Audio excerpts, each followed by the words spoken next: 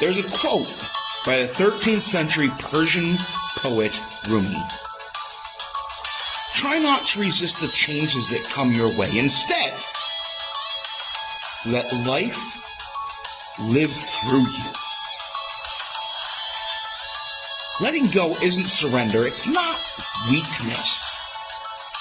It's the conscious act of making space. When a tree sheds its leaves, it doesn't see it as a loss. It's preparation.